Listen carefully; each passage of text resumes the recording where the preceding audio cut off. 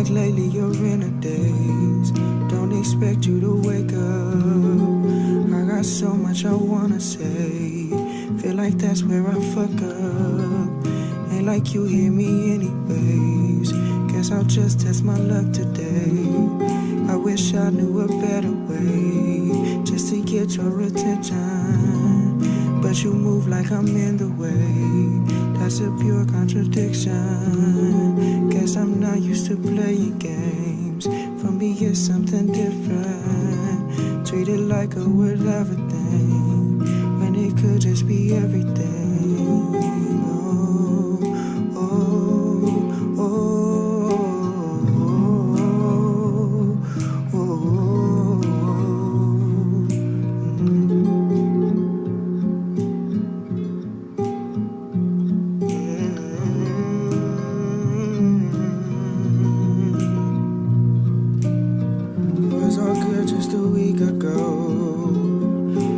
Start acting different. No locations I need to know, and your heart just went missing. Then you switch up the narrative, make it look like I'm tripping. Made time for other people though. You left nowhere for me to go. The Rise and Grind Morning Show is on. 419 The Grind. Hey, welcome back. Welcome back to the Rise and Grind Morning Show. With Leah, Renee, Shae K, Clyde Green, and Jay Cool. With Leah, Renee, and Shae K have the day off today, so it's just Clyde and Jay. But we welcome y'all here. We thank y'all for bearing with us with our technical difficulties. We appreciate you so much. Appreciate the support. But we are back here at the Rise and Grind Morning Show with the birthday boy himself, Mr. Jay Davis, who you heard behind that guitar singing them little melodies. What's up with you, baby? What's going on? Happy to be here. Chilling. Just go and get closer to the mic. You can't be. You can be cool, but you got to get on in there so they can hear you. I'm nervous because I'll be honest. Who that closer to you? I'm a little nervous. Don't be farting because most people when they nervous they be farting. I'm thinking about sweating profusely. You got some paper towels over there. There we go. Need some water? You got water? Okay. Yeah, you got water. Got some coffee. Got a couple donuts for you. You shouldn't be nervous, man. You getting mad love from the comments, man. They saying go copy that Soul Food album. They put links in there. Your mama saying happy birthday, birthday cake. They on payroll. Oh, they on payroll? You better put your cash up in the comments. You might make you a couple dollars today. Well, anyway, how you doing today, man? What the vibe like up in the studio today? I'm doing great, man. I'm happy to be here, excited. Yeah. We happy for you to be here. It's my first radio or podcast interview ever. So. Your first? Yeah. We popping your little cherry on the browser. Yeah, hey. That's what's up. So, I don't know who you are, so give me a little background information about you. Like, what side of town you grew up on? I grew up in inner city Toledo, out here a little bit. Out here, that ain't inner city. Yeah. Let me not say that then. Out in the suburbs. Yeah. That's what you want. The sidewinders, huh? You with the Rogers? Yeah. Okay. Been here all my life. Yeah. Doing the college work? I did went to college for a little bit. Ended up falling in love with the arts. I actually went for acting. Oh, yeah?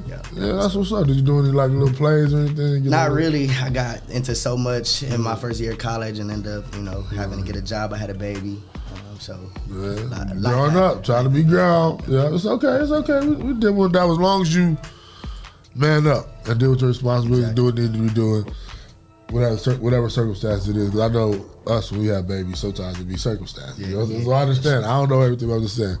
But anyway, so what drew you to me? I consider myself like that. So let's see what else you got. You got you said you got a few visuals out now. You said you got the No Cap. Yep, I just dropped No Cap maybe 2-3 weeks ago. No Cap is out on YouTube. Jay Davis, No Cap. I got some new stuff coming. I actually got another video dropping this Friday. Okay. Called Heartbreak Number 1. They're here, so call me before the stormapparel.com. And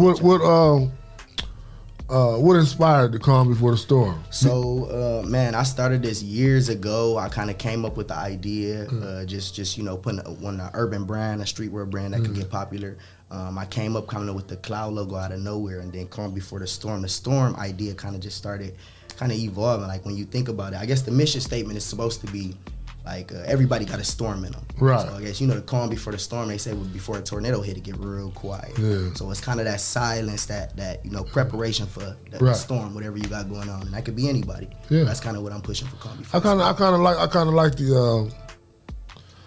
of like that because right now it's actually May, I don't know about May, but I know April was Mental Health Awareness Month, or maybe May.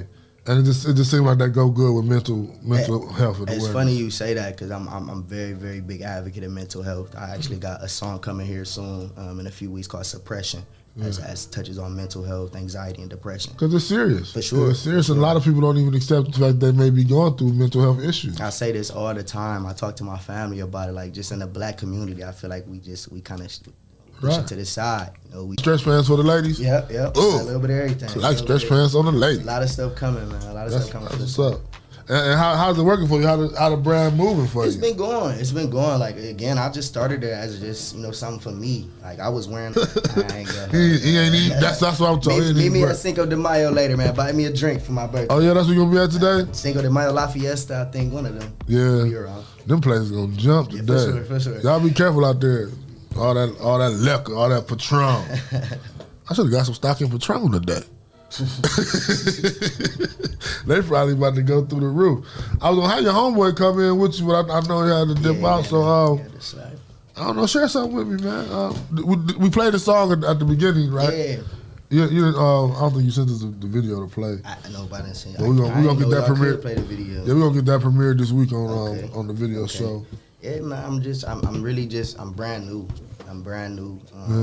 I'm not really. I don't want to say known like that. Like I kind of came out of nowhere. So yeah, for real. Yeah. So I'm really just trying to create a following and just show people what I got. I think I got a lot to show people. I'm into a lot of things. You got any performances coming up soon? We working on them. They in the works. Nothing I wanna mention quite yet. But do you like performing? I love it. How I feel when you be on that stage? It's crazy. I've been doing it since I was a kid. Right. Like literally doing it. I started back when I can remember, man, I used to write poetry. That's how I started with music. I used to write poetry. I think I won a couple contests at a library somewhere. And about 11, 12, I started liking girls. So then then that happened. So started singing to them. Yeah. So then they got my lyrics got a little more emotional and a little more. And ever since, like, I just been going with it. Yeah. And getting the support from family and friends. And I'm like, why not take it serious? Yeah, why not take it serious? Plus, you got some good material, man. I was listening and the song, I was like, wow, what's that? Like, we even talking about maybe old verses between you and Walter Ray, huh? Yeah, we put things together. We trying. Hey, that's my dog, but I'm ready for whatever. Yeah, and that's cool because it's just like I said, it's competition, but it's not rivalry. No, absolutely it's just we always building each other up. He know whatever he need, he can call me for, and I'm there. Y'all got any features together? We got a lot of stuff in the works, man. A lot of excitement. I was kind of hurt that I wasn't in that, but we ain't gonna talk about my pain. The very first cipher is one of my favorites, and I don't think that got the buzz that I wish it would have. Like, we needed millions and millions of views on that because I just think we got so much talent here in the city, so I love to see it, man. I love to see the artists linking together and just putting out content, man. We got it here. Yeah, I was really impressed with the women's cipher, all the ciphers, but that women's cipher was really impressive. Different, wasn't it? Like, just the theme and the scene, man. Chachi the truth. They was rowdy. They came up here for Raven. I'm a big fan of a lot of them. I'm a big fan. So. They came up here for an interview on a different show, and they was so rowdy in the studio. I was about to call the police. They like that. Nah, that was cool though. But I was actually on Facebook. Yeah, I know you said your mom and all your people in the comments. I appreciate my family. My mom just got married. So, congratulations! Congratulations to my mom and to her husband Vernon. Congratulations to my family. I know everybody tuned in. Hey, Soul Food out, Jay Davis. Remember the name, man. Heartbreak #1 coming Friday. I appreciate you having me up here, man. Yeah. How can they find you on social media? Who is Jay Davis? Basically everywhere. Who is you? That's the question. Right. Who is you? When I change my Twitter, they should know. You know what I'm saying? When I change my handle, but on Instagram, Twitter, I'm Who is Jay Davis? JayDavis. YouTube, I'm Jay Davis. I'm gonna post all my stuff in the comments too. Hey, and we're gonna bring you back another day because this we got problems with. And I want to meet the ladies. Exactly. Yeah, and I'm out here on the video show. We're gonna bring you videos of all that. So you'll be back multiple times. Plus, if you watch the Ray friend, he gonna make you come up here. There we go. We locked in. Hey Jay, get on that, baby. It's time to go to 419 grind.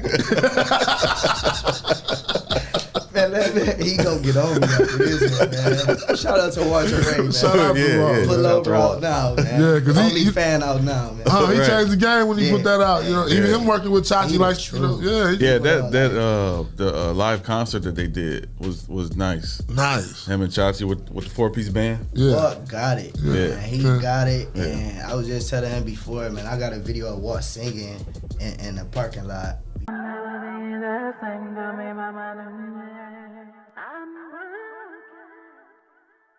My first experience going to a dealership, I had bad credit, and the salesman made me feel horrible. I don't ever want you to have that feeling nor that experience. I guess that's why for the past 9 years they call me the people salesman. Good credit or bad credit, it does not matter to me. No matter your situation, if there's a way to get what you want done, I promise you, I will do everything I can to find it. So please be sure to stop and see me today at your people salesman.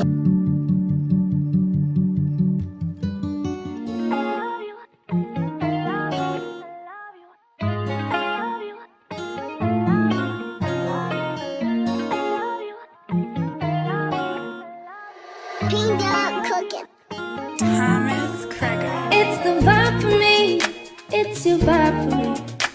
Do you see me out there vibing freely? I don't care, I'm a vibe anywhere. Take a drive or by fair, apply pressure cause I'm rare.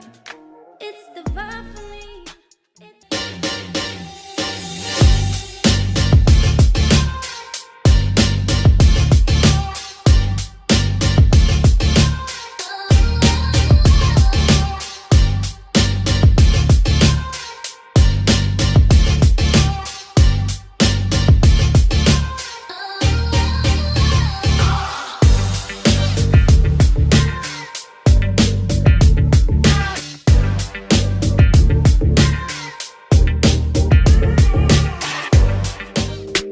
Ohio wanna rise, and you don't want no problem with us guys. Ohio wanna rise, yeah, look. Name a better duo, ain't no niggas you know.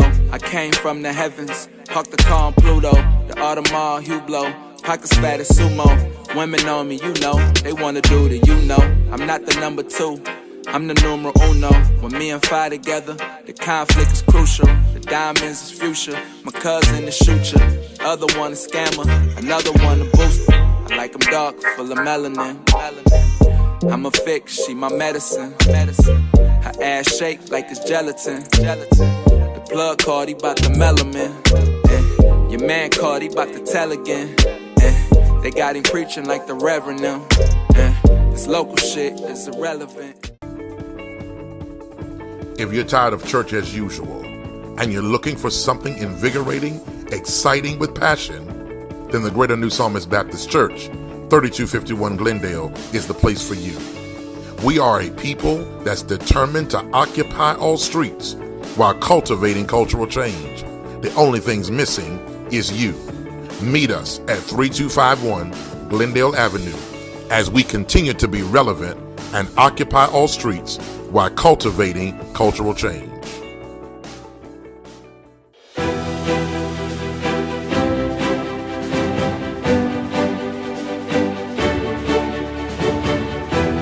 Hello, my name is Sean Mahone Sr., Founder and Executive Director of Young Men and Women for Change Behavior Modification Bootcamp Program. If you are a parent experiencing issues or problems with your child, then give us a call today.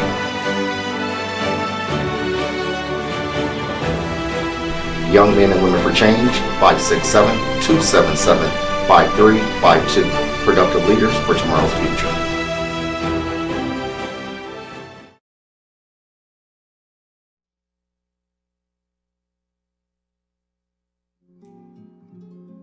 Hello, we are not available now. Please leave your name and phone number after the beep. We will return your call.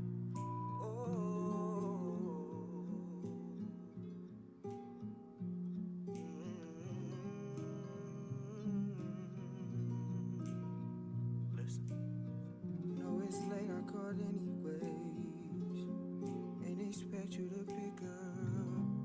Feels like lately you're in a daze. Don't expect you to wake up. I got so much I wanna say.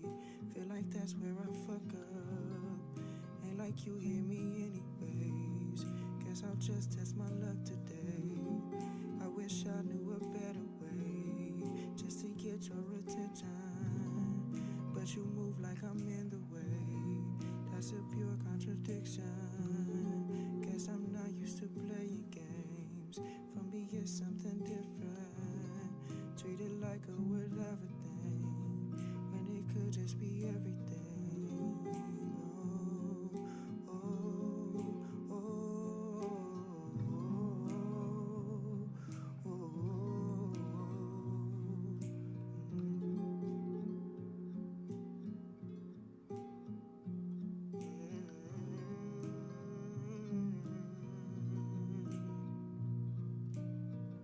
Was all good just a week ago, till you start acting different.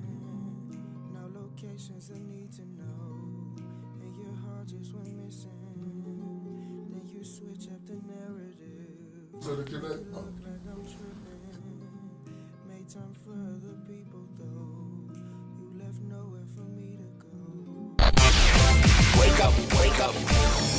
You are now listening to the Rise and Grind Morning Show, presented by 419 The Grind. All right, you guys. Welcome back to the Rise and Grind Morning Show with Leah, Renee, Shae, K, Clyde, Green, and J. Cool. And Leah, Renee has the day, and Shae has the day off today. But we are back. My homeboy Jay Davis said he's going to hang out with us. And now we got Mr. Aaron Murphy, and I'm sorry, and Andre Abbott here and there with the Fallen Sun Initiative 99.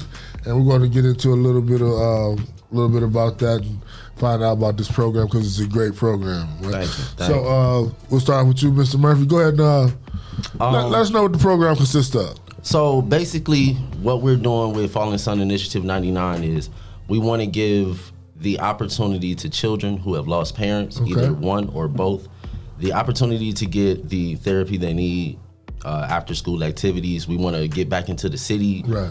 And have them, open schools back up for after-school activities and situations like that. We basically are a mental health advocate for children. Okay. We want to try to get them in a space where they're comfortable again. And now, May is the mental awareness month? Yes. Okay, okay. So, with that, you said it's for children who have lost a parent or deceased. Does that go for children that have parents that may be incarcerated? Yes. Or locked up? Okay. Yes, yes. We don't specifically branch out and say those things and talk about it, but at the end of the day, what do they say? No child left behind. Right. And it doesn't have to fall on just education. Right. It has to be mental health as well. Like, people have been raised off of grief and trauma for centuries. Right. Especially our culture. Exactly. And then when you have been raised off of that, we can't go back and say, I need to go talk to somebody. Because then you got that stigma of, man, why you need to talk to somebody? Right. Yeah. So as a parent, we have to open our minds to our children because I don't have the tools to be able to talk to my child and ask them like, hey, is something going on? Are you okay? Because they'll tell me, yeah, I'm fine, but I'm gonna go with that. Because I got my own grief and my own trauma to deal with. Right. Parents aren't necessarily 100% equipped to deal with that trauma and that grief. So what we want to do is we want to give them, access to therapists. And these therapists have volunteered to do so without insurance involvement. Oh. Basically, what they want to do is they want to have a contract with us where we'll get a profile for the child, what they want to do, how they feel, where they're going mentally. Yeah. And then we'll specifically set them with a therapist that, fits that. Like I got one therapist that is energetic, outgoing, she bubbly as I don't know what. But then there's another one who is like, let's sit back and let's really talk about this. So I got to be able to, split them up the way that I need to because you go to a hospital, they're just going to put you a name.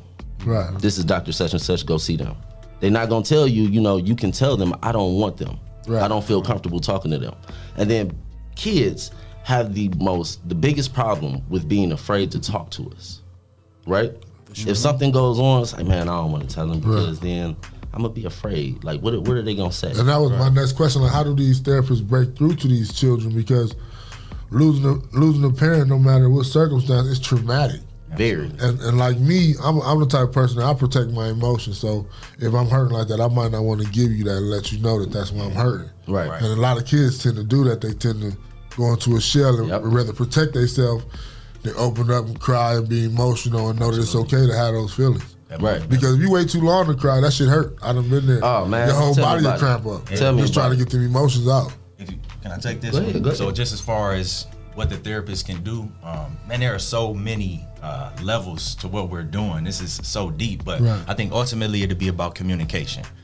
That's one of the themes with Falling Sun Initiative is communication. Right. And where you talk about like kids not wanting to talk about their pain or you not wanting to talk about your pain, I think about our culture. We live in a culture where, especially as men, and just to become even more specific, especially as black men, Absolutely. you know, that we have this wall that we have to put up, and if we cry, if we're sad, if we're, you know, if we want to talk about our feelings, you soft, you know, a few other choice words I'm gonna use here. Yeah, the whole man up thing, you know, and the first thing that comes to mind is the idea of toxic masculinity, man. But ultimately, at the end of the day, it's about us being able to communicate with one another, like we're sitting here right now having a real conversation. Like, you know, when you're having a real conversation, you know when somebody is telling you the truth or when somebody is faking, when somebody is capping. You know exactly when somebody is a lot of times when somebody telling the truth, you get response like, man, I don't want to hear that, or shut up, talk to her. Right. Exactly. But you be lying to a person they all into, and what happened next? Because they like the drama. Yeah, They like the drama. ready for it. You know what I'm saying? It's hard to talk about interesting. our feelings. It's hard to talk about the truth. It's hard to talk about these things, especially when you grow up in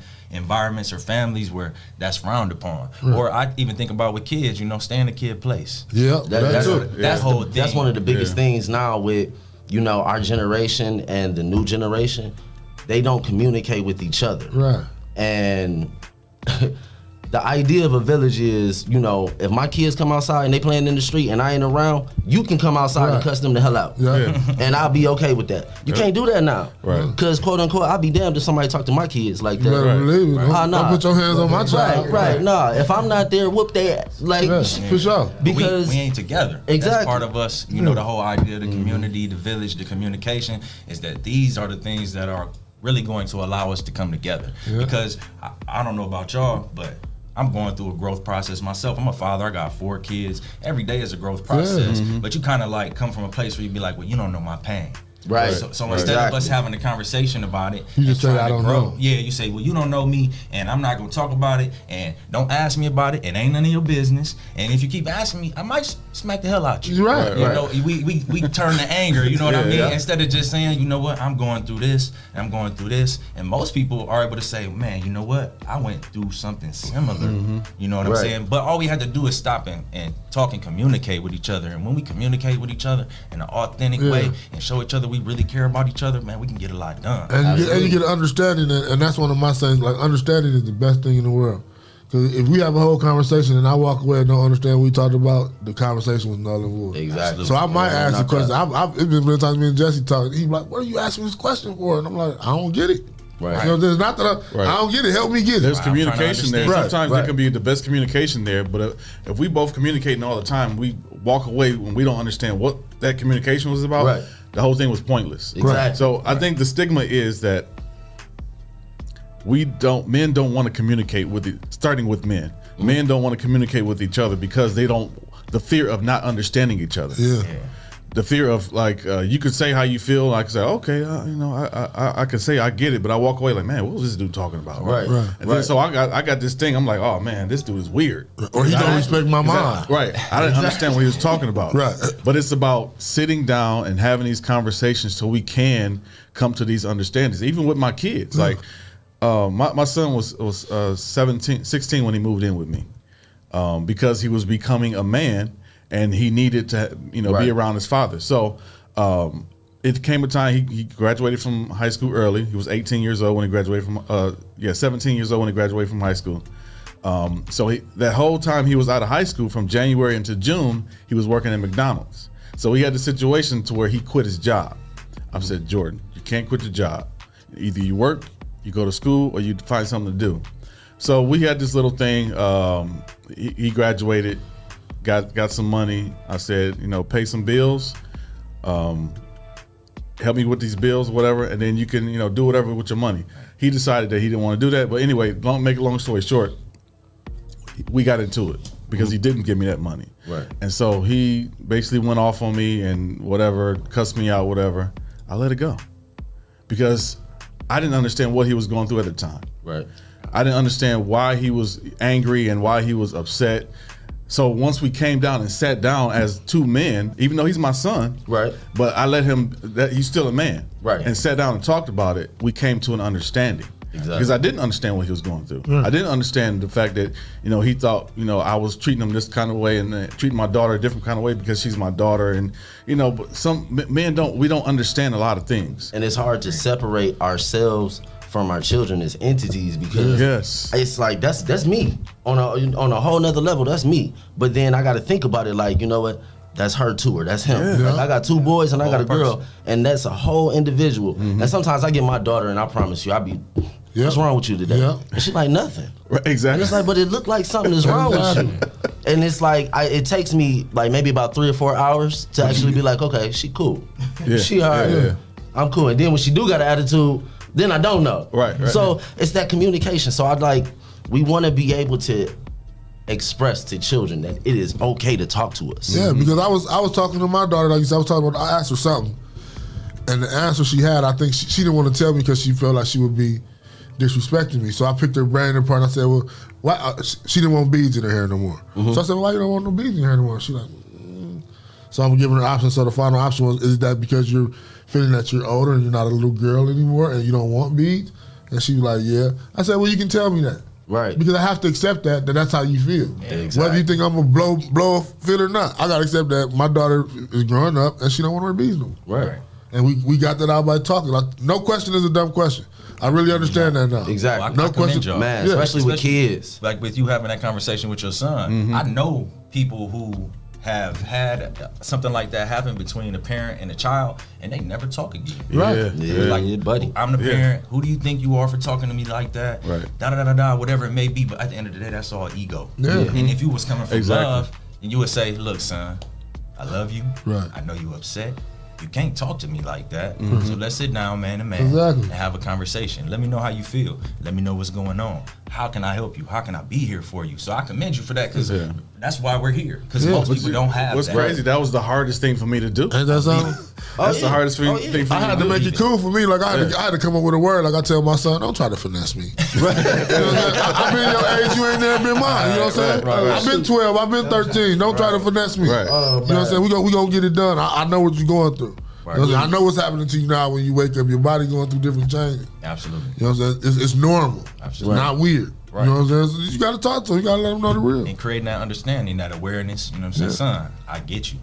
I get where you coming from, son. You know, I used to be 12, right? Right. Before I was your daddy, I was 12. Right. At one point in I time. was a kid too. I had to go through the whole walk. But you know, that's the what we really want to do. Like ultimately, it's about helping the kids who've lost a guardian, lost a parent. But ultimately, man, we want to create a conversation where we can normalize conversations, normalize communication, period. But normalize conversations around mental health, normalize conversations around business and entrepreneurship and finance and all of these things that play a role into people living a low quality of life or a high quality of life. Right. You know, so we just want to initiate these conversations, create more awareness and create more access for people who have been forgotten. I mean, the word is typically used as marginalized, but we try to steer away from using words like that because we feel like that feeds into the culture of hopelessness and helplessness, you know, the stereotypicalness. Absolutely, and don't get me. We can talk about that all day. All day. About the culture of hopelessness and helplessness in our country, but ultimately,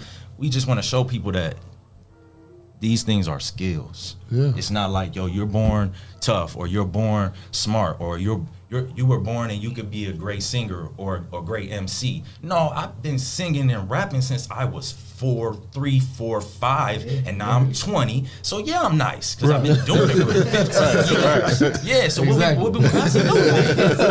so what we want to teach people just is like when it comes to emotional health and wellness, like emotional and mental toughness or strength or balance, these are skills.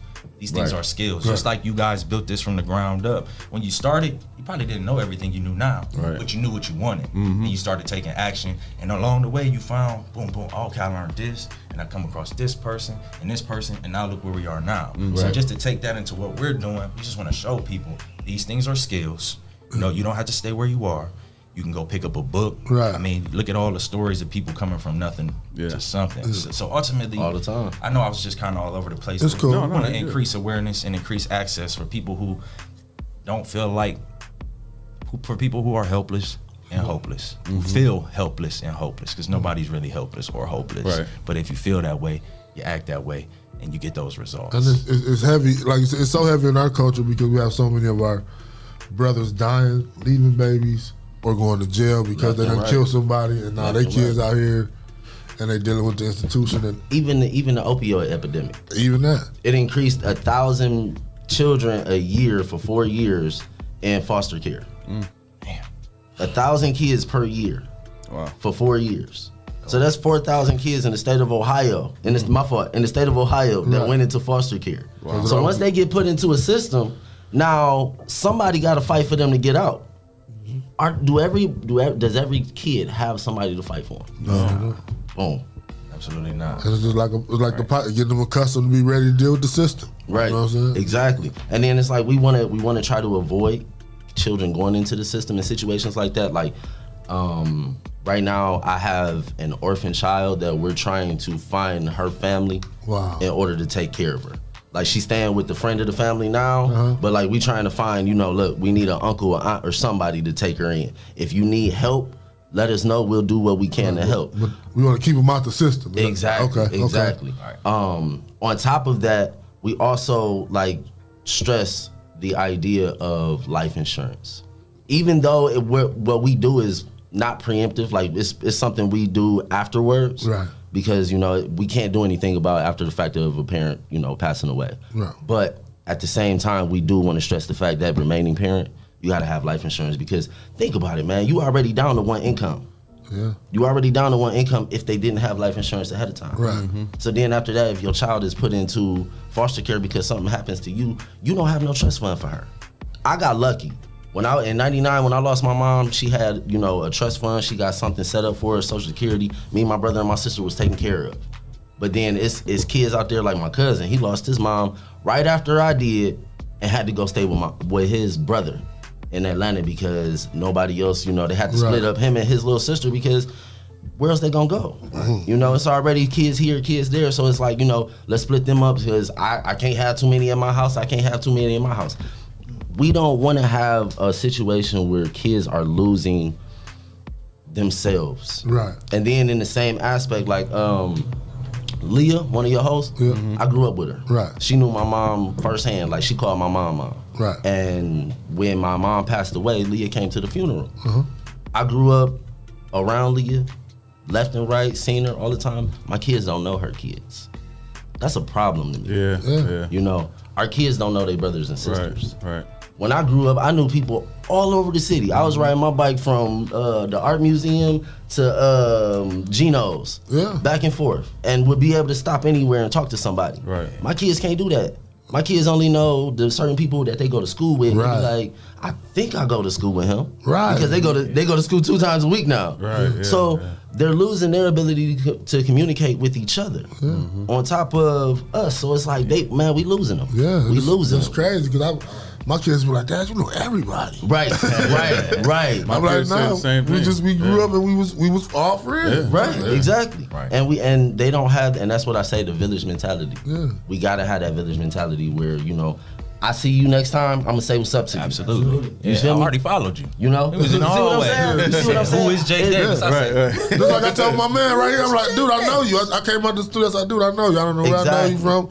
And we started naming names like, yep, them your people. Right, yep. right. And then once you gain that connectivity between each other, then you minimize the murders in the city. Yeah. You create a positive energy. Right. Yeah. That personal relationship changes everything. Yeah. If me and you cool and our kids they see each other and they get into it, hey, hold on, wait, look, this is my boy's son. Now look, Y'all need to fix this. Work it out because y'all ain't about to be beefing over nothing. They don't have that because now you go get somebody mama. They coming outside with the baseball bat. It's crazy. My son had a situation like that. Cause like I said, he a big dude. They always messing with him. So one of his friends on the block videoed him because the kids was messing with him.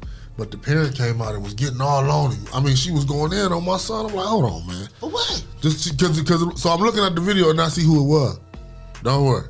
The next day, because it was late, I went to the house and I was door. Hey, how you doing? Oh, what up? That's my son. Mm-hmm. This is where I stay. Right. If you got a beef with him, come talk to me. We gonna square it away. Yep. What happened on the video, that's in the past. I'm not coming here to dwell on that. Right. It was a spur of the moment thing. We do that. Emotions happen.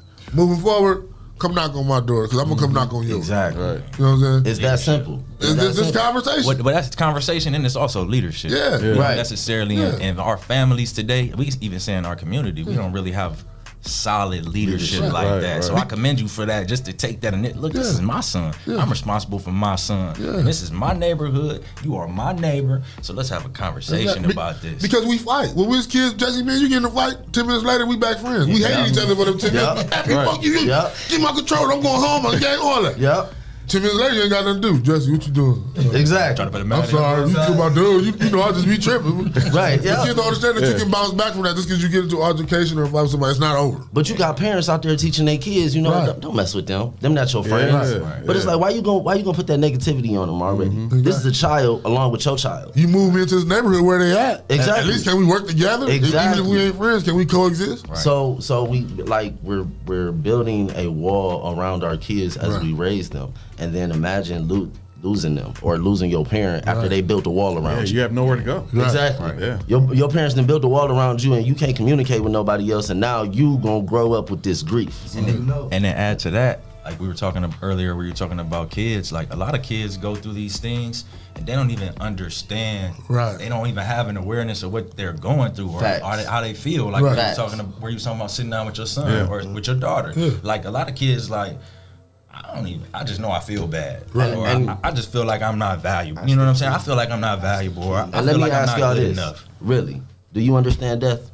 Yeah, it's You do? guaranteed. You understand it to a T? It's guaranteed. Does your 12-year-old understand it? He understands that the only thing promised in life is that he gonna die. Right, but when it happens And to that's you, real. do you think he gonna understand it after that? I hope my words that I give to him will come back and teach him. I hope he remembers There's that. so many parents out there who don't talk to their kids about death. They gotta know. They don't understand death. We live in a culture of not talking about the things that hurt us or that's hard to talk about. Right, Nana in the sky. That's all you know. That all five of us as black men are sitting here right now talking about these emotional subjects and topics. Exactly.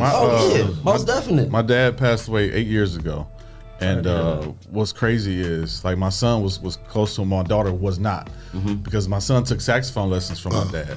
So when he passed away, I told I sat down and talked to both of them. My son cried. My daughter was like, she was 4 years old, so she was like, she was. It's not like she didn't care; she didn't understand. Right. So it's a different conversation now, because the relationship was different between them two. Right. So I asked him, like, do you remember your grandfather? Do you remember my dad? No, I don't remember him really, because he was only 4 when he passed away. Right. So, or 4 or 5. So it's like, so now I have to have a different conversation when somebody else passed away. Right. Like, they passed away, they're no longer here. So there's a different understanding. I have a different understanding of death now that my father passed away. Right. So now I have to explain it or have this conversation differently with my daughter when somebody else, unfortunately, will pass away. Right. So, I'm still learning. We still learning every day. Yeah. Every day. So we can't expect them to know how to deal with it. And like in my situation, no disrespect to my father at all, but he didn't know how to deal with it. My brother and my sister was 17 and 18 years old, so they was pretty much, about to deal with it themselves. I was 12. So he didn't know what to do for the most part. He asked me, "Are you okay? You sure you okay?" And I'm like, "Yeah, I'm okay." But how did you know you was okay? I didn't. You just said what you thought didn't. was sounded good. All right? I knew was it was over with. We didn't have to go to the hospital all the time no more. We didn't have to cry about this all the time no more. It was done. She wasn't suffering. But I had so much other stuff to deal with, but I didn't know who to talk to. I didn't know if I could talk to him, And I realized as I got older, let me say this. I realized in November, this past November, that as I was growing up, I never really took the time out to understand what death was. Right. You know, all it was I lost her. And I tell people all the time, I let my grief raise me because people pitied me. Yeah. And for the longest, it got me through a lot of, like 6th grade, I didn't go to school. What's wrong, Aaron? You miss your mom? Yep. I didn't go to school 6th grade. Oh, that's gonna be I okay. passed. Wow. I passed the 6th grade and did not go. See? Got to the 7th grade and damn near failed everything. Reality check smacked you. But the teachers was like, you know what? He's going through something. Yeah. And they enable it all the time because nobody wanted to sit down and talk to me about why my grades was slipping. What's going on? So It's you like, didn't have a counselor in school during this time? Yeah. They didn't try to talk to you? No, absolutely not. I mean, the concept of what they say, no child left behind, it goes down to their pockets. Right. Their pockets alone. My concept, no child left behind, is talk to them. I don't care what is gonna benefit me. Let it out. Yeah. What do you need to say? What do you need? What do you want? Where do you want to go? Right. Because if your parent is your guiding light and they're gone, how are you gonna know who to look to? Right. You know, and I want parents to be able to introduce their kids to their friends and be like, hey, this is Uncle such and such. Right. If something happened to me, just know you can talk to him, you know, because this is who I talk to. Right. You know what I'm saying? So we want to be able to rebuild that connectivity, the communication, the village, everything. Because Toledo, as small as it is, man, as small as it is, I don't know y'all. Which is surprising. Yeah. But then at the same time, I probably know like 2 people that is in your family. Or We 4 all people know in yours. somebody. Right. Yeah, We know somebody we all that knows know the somebody same that knows person. somebody. And you be like, And our kids are in danger, and with us knowing each other, you know, we can eliminate that. You know, I'm not sure. You know, I'm not gonna name drop. A young man not too long ago recently passed away, and his children are in the wind. Yeah. Because, you know, baby moms was beefing with the family over here and beefing with that and yada yada yada. So now we got to figure out how can we get these kids out of this toxic situation. Because now with him passing away, it causes more trauma for the parents. And that trauma is, you know, hereditary. It's gonna come down to you one way or another. You know? And the trauma pretty much comes from not being able to deal with the fact that this person is gone. Exactly. What do I do next? How am I gonna move? He my baby daddy. I was gonna call him for a couple dollars. Exactly. Now I gotta throw myself at the mercy of these other ninjas out here. You know what I'm saying? Right. It's a lot. It's a lot. Even to talk about the knowing each other kids. Me and Jesse been knowing each other since 1985, and I am not satisfied with the relationship that I had with his kids. Right. I should know them more. I feel you. I was working construction for 14 years, so I was in and out the city, but I should know his children more. Right. You know what I'm saying? I be saying, hey to Maya, she be looking at me like, I don't even know me like that. Right. But I knew you when you was all still in the sack. Like, you know what I'm saying? So it's something that we do have to work on as a community instead of why then we need to come together. Exactly. We need to come more Exactly. together. And like with what y'all doing right now, man, the way y'all doing it is excellent. Because you got other companies coming in here and they broadcasting. I've seen, I would say, about 4 or 5 shows, and of those 4 or 5 shows, I went afterwards and purchased from them. And be like, you know, a Vintage 88, I'm about to go holler at them. Right. Hot Box, I'm about to go holler at them. Yeah. Like, because it is that idea of a community. My kid's last name ain't Wells Fargo or Walmart, you know. So exactly. So when you go spend with them, it's not gonna benefit me. But when I go spend with my community, at the end of the day, it's gonna benefit me because they gonna put it back in this community. Yeah. We don't think about community in Toledo, for real. You know, we try to, not as a whole and not as a positive aspect, because for real, a lot of people is crabs in a bucket. Yeah. I love our city, I really do, and I know that we're capable of doing so much more. Right. But I feel like if we can find a common ground, children, and trauma and mental health, then we'll be able to build something from our community as black men and black people and people who are doing something on a regular basis, trying to build for their family. And another strong word I like to use in this situation, because we all have to do it, is accountability. Accountability. You That's have to my take word for the accountability. year. That's my word for the year. You have to take accountability. It wasn't just your fault that we fell out. Exactly. You know what I'm saying? You didn't do all of it. Right. I did something too. Yep. Two-way I street. had a part in it too, and people have to accept that. Yep. So I'm not just looking for you to apologize to me. I want to apologize to you as well. we both need to. Man, you know what I'm listen, saying? man, listen. And that's just a stand up real thing to do. You know, Right. it ain't about pointing no fingers. You Yep. gotta move on. I don't want to dwell on the past. I want to move on. I don't want to keep worrying about it because that's negative. Because after last year, 2020, you know, and everybody sat down, you know, and didn't do much, you know. Right. After that, and they let people out, and people start, you know, they start going crazy. But then a lot of things with 2022 was, like you said, death. Yep. People was losing people left and right. I know Left some and people that right. lost 3 family members at a time. Yep. So them three guiding lights that done went out. Mm-hmm. You know what I'm saying? Now you gotta see it Childhood from real. friends, people losing childhood friends. Like Instantly, like 1 minute they got COVID, next minute they gone. Right. Like they didn't even get the treatment or anything, medicine or something. It was just and they out here. Yeah, man. And people, and that's the thing. We can sit down with people and give them the tools, give them the skills to deal with grief, to deal with trauma. You know, and that's something we really been focusing on lately is studying. You know, there's hundreds and hundreds of programs. Man, we got these. Yeah. And this right here connects us to the Right. world, you know. Like Yeah. we're having this conversation about us being disconnected, when in reality we are more connected than we've ever been before. Yeah. Exactly. But we are more disconnected than we've ever been before. Because of it. And you can't say, Crazy. we get absorbed in these things, man. Absolutely. I mean, I remember, you know, I graduated in 2005. I went to Bowling Green State University for a few years, didn't graduate, so let me just throw that in there. Anyway, I was addicted to Facebook, man. Yeah, and I remember there was a absolutely. point in time where social media was using me. Yeah. And once you create the awareness, you create that understanding, you can go, oh, wait, this is a tool that I should be using, rather than allowing this tool to use me. And that's what the kids suffer from now. Yeah. Oh man, they get used by social media every day. Every day. TikTok got them on lock. YouTube. Yeah, they Because got everybody want to be the next big thing. Exactly. Everybody want to be the next viral thing. What can I do? Maybe if I jump off a building with a TV on my back playing a video. Right. These challenges and all that stuff. Put some Gorilla Glue on my eyelashes. Or eat a Tide Pod or something. Oh, crazy. All of Take that. my eyelashes open and take as many pictures of me as I can. Right. Everything they using the wrong illness. challenges, man. Yeah. It's all the wrong How about a challenges. togetherness challenge? How about let's make $1 million together challenge? It's Work on that crazy because the more negative the challenge is, the more people The more will do viral it it. Yeah, goes. the more viral it goes. Oh, yeah, absolutely. Just Yeah. If it's gonna risk your life, yeah, I'm gonna do it. Oh, yeah. Exactly. If you ever checked out a guy named Rick Hansen, Dr. Rick Hansen, he talks about how our brains are designed to notice the negativity.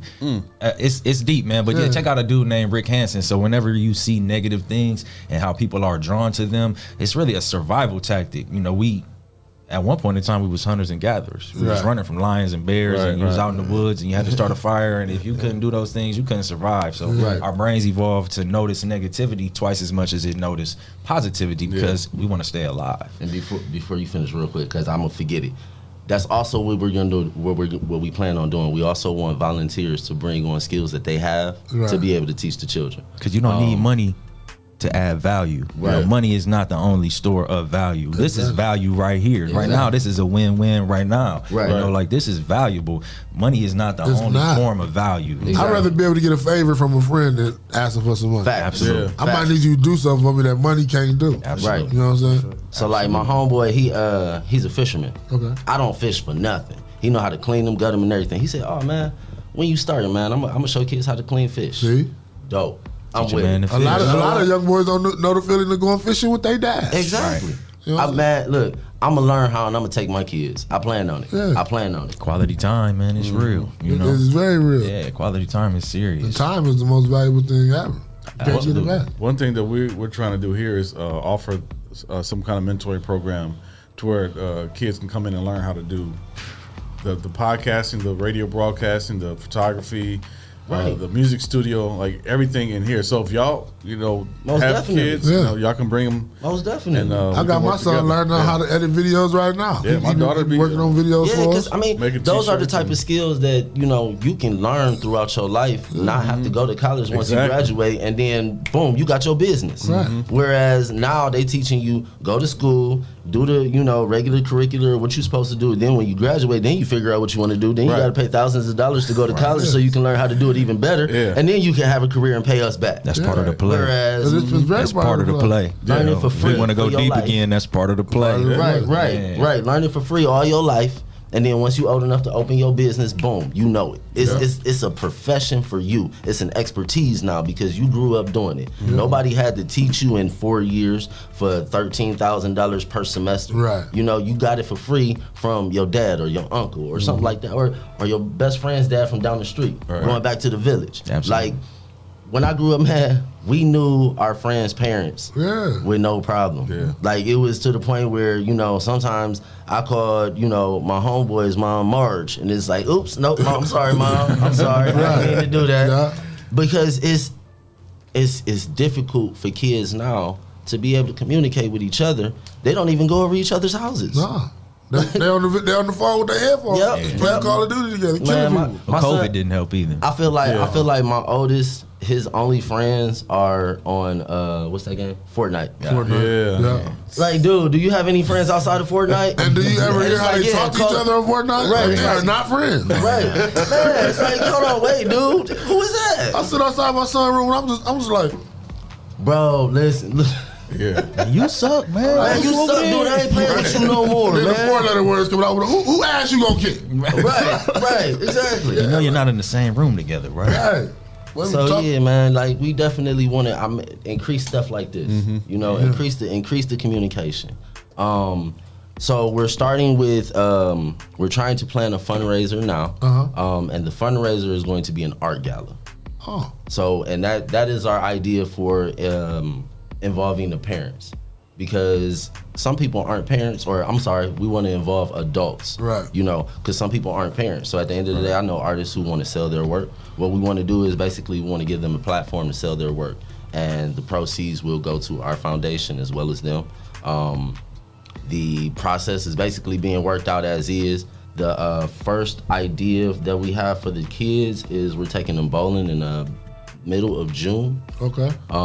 Basically an icebreaker for the kids. Okay. So far we have 7. 7 kids. And our goal is to have 5 a year.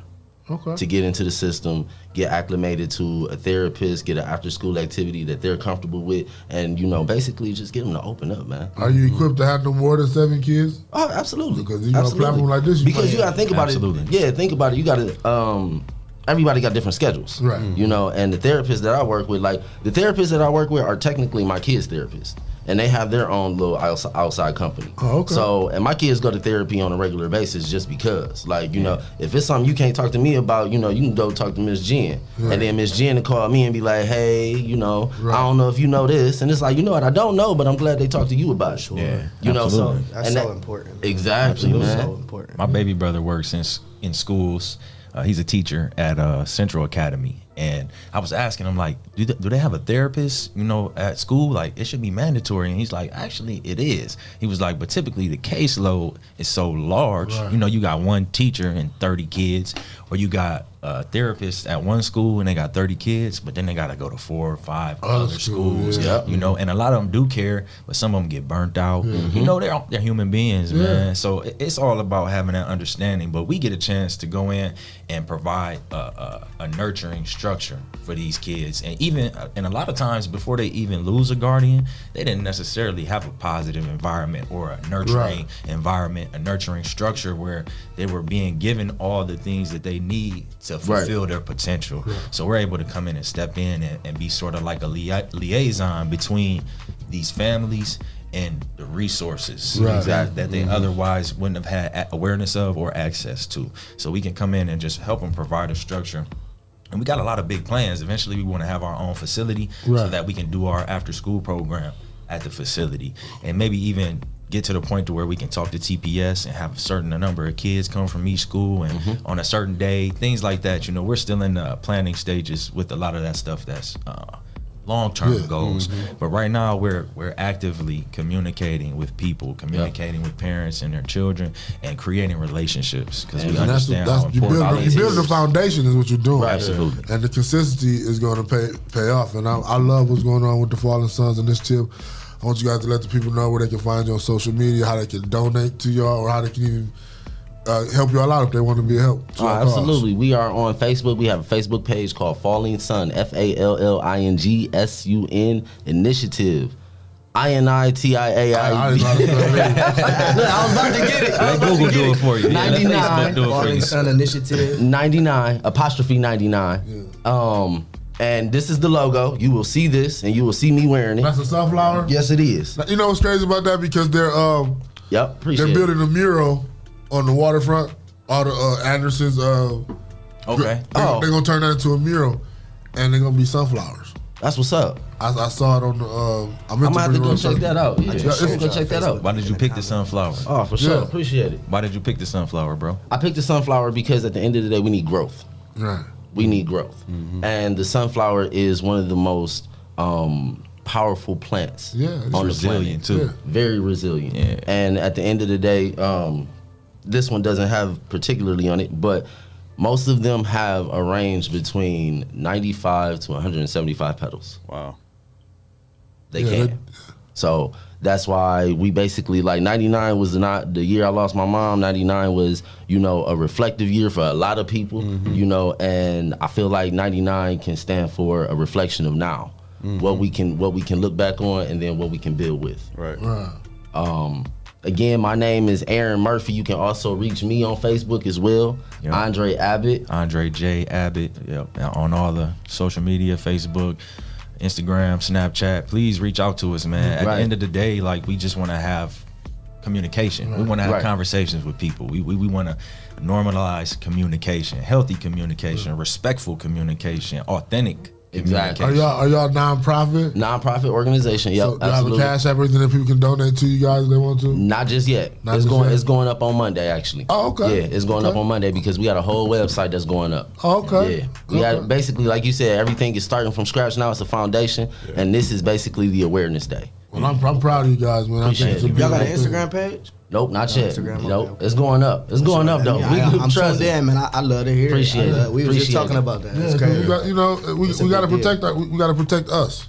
For sure. Because ain't nobody else really trying to protect us. Ain't nobody coming. No. We a threat. We a threat for no reason. For no reason. So we definitely. I mean, I appreciate that. Stay dangerous, man. Stay dangerous. Oh, speaking of dangerous. Nipsey Hussle, I'm glad you said that. Stay Nipsey Hussle dangerous. said that children accept discipline from their parents because they know they love them. Right. You know, and it's so basic and simple of a statement, but it made me think. When I was growing up and I went to school, I went to Start High School, and at Start High School we had this dean named Mr. Caldwell, and he was that dude. Right. But every time he talked to me and he gave me discipline, I took it in because I knew that he loved me because he was friends with my dad. Right. He grew up with my people. Okay. Yeah. So he knew my brother and my sister. He knew my mom passed away and all that. So I understand that now, like, cause my counselor would tell me, like, you know, you should do this and that, and it's like, Well, piggyback real quick, like we were saying earlier, you know when somebody is lying to you, you know when somebody is capping, you know when somebody really doesn't care. And when they're genuine. Absolutely. And I didn't grow up with Mr. Caldwell, but he was my basketball coach, and I know he loved us too because of how he carried himself and how he went about himself. He pushed us, you know, and even he used to get on me because I was so soft. And even I'm paying attention to it more now, but just so soft every time. Why you gotta yell at me, coach? Why you gotta do that? So he would go in on me, boom, boom, boom. And I remember one day we were in the locker room. I'm like, Coach, like, why are you always on my back?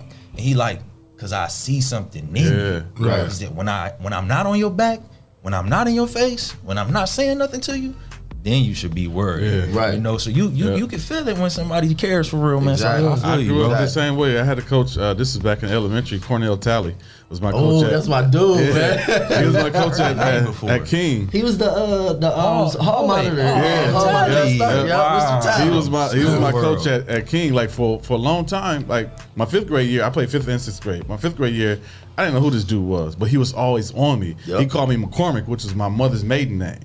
He always called me McCormick. Like, McCormick, what are you doing, McCormick?